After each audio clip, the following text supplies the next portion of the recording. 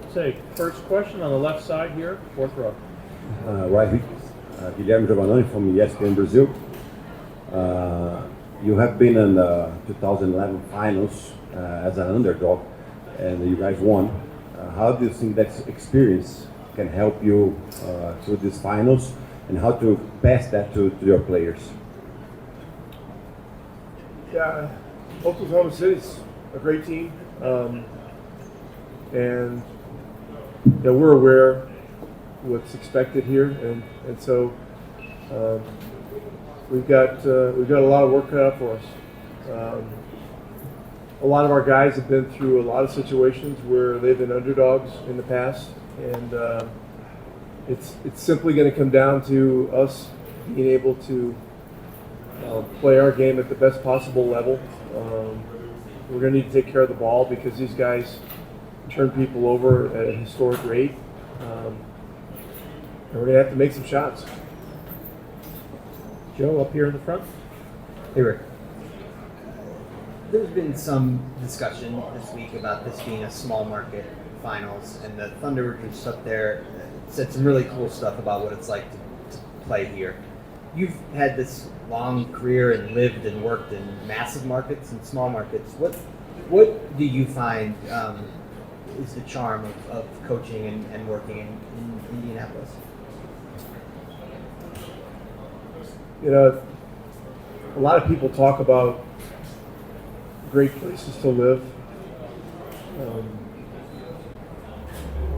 When you have a good situation, you're working with great people, and your team is good, that's a great place to live.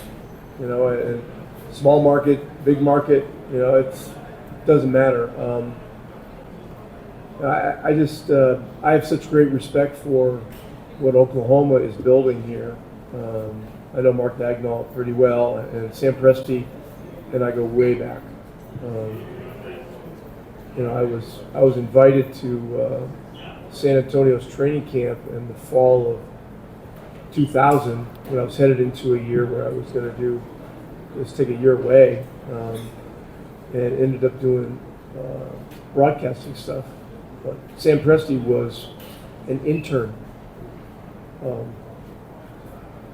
for the Spurs at that time, and I remember, he is from the Boston area, so he had grown up a Celtics fan, so he actually remembered when I played, which was miraculous to me. It seemed like he was probably way too young for that. But we had a couple of dinners together, and he asked me, what can I do? I got to somehow get a job out of this. I said, well, just become a guy that they can't live without. And Sam is a great demonstration of resourcefulness and wherewithal and stuff like that. And he's forged himself a great career. He and Kevin Pritchard are two of the best franchise builders around. And so this series really should celebrate those two guys and their staffs and what they've done. But as far as the markets, I understand that there would be concern for, how many people would watch because they're smaller markets. But if we're celebrating the game and we're putting game above all, which was one of the things that Adam Silver said when he became commissioner, then it really shouldn't matter. It really shouldn't matter. And so I know that we're going to do our very best to represent our city, our state, at the best possible level. Thunder will do the same, but this really, hopefully, is about the quality of the games, and we got our work cut out for us there. On your right, second row, Tim. Tim Reynolds, AP. Rick, if I may ask you to put your NBCA hat on, what was your reaction yesterday when you heard about Tom? Yeah, I get asked frequently about these things, and I always say shocked, and then sometimes you get numb and you're not shocked, but the Knicks have such a unique situation with so much attention and such a large fan base and such a worldwide following. It's one of the most difficult jobs to take. The guys that have been most successful, Red Holtzman, Pat Riley, Jeff Van Gundy, Rick Pitino had a short run, but a very effective run. And then, there were a lot of lean years, and Tibbs went in there and changed so much. And so you look at all that, and then what happened yesterday. And when I first saw it, it came over one of the, I thought it was one of those fake AI things, that there's no way, there's no way possible, and I know how the players feel about him too. And so there's not much else to say. I mean, teams and ownership can make these decisions unilaterally, and it's their right to do that.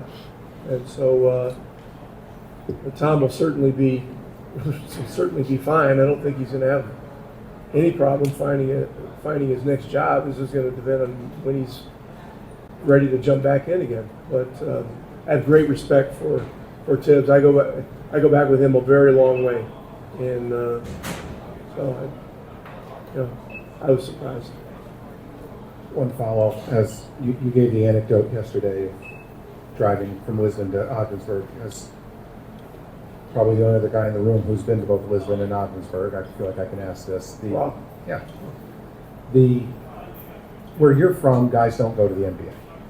It doesn't produce NBA players. Jimmy Howard had a great career as a goalie in the National Hockey League. He's from Ogdensburg. Yes, but not the NBA. No, it's. Were you ever dissuaded when you were like, this is the path I want to go down? I want to play at Maine. I want to play at Virginia. I want to play big-time basketball. Did you ever think, no, I can't because nobody here has done it? How did you get past all that?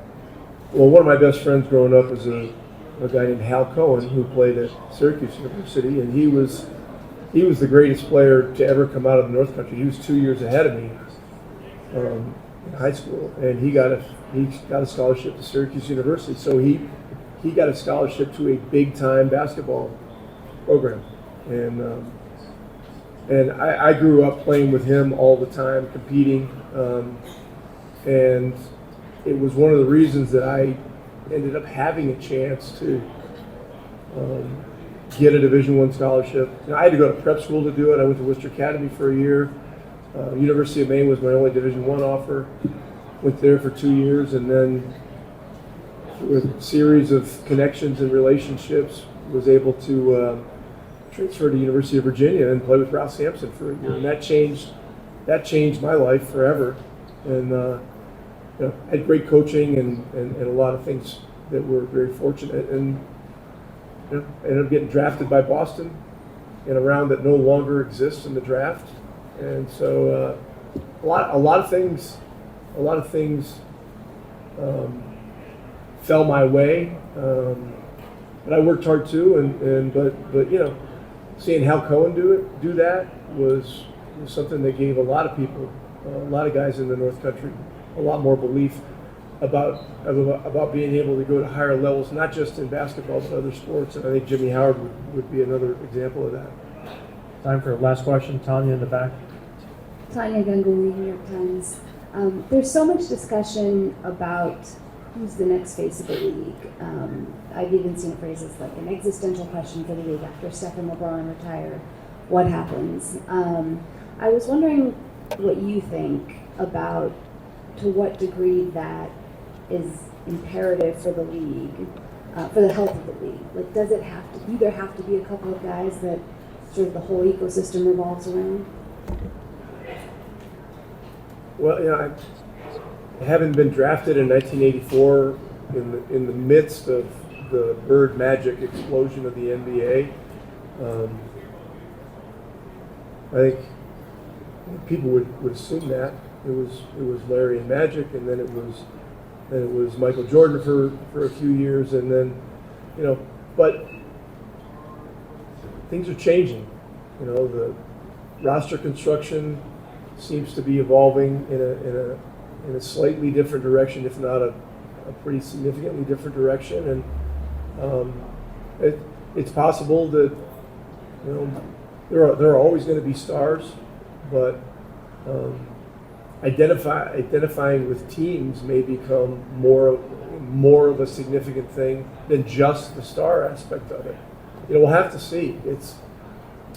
It's such a dynamic business, and it's so quickly changing, and it can change on a moment,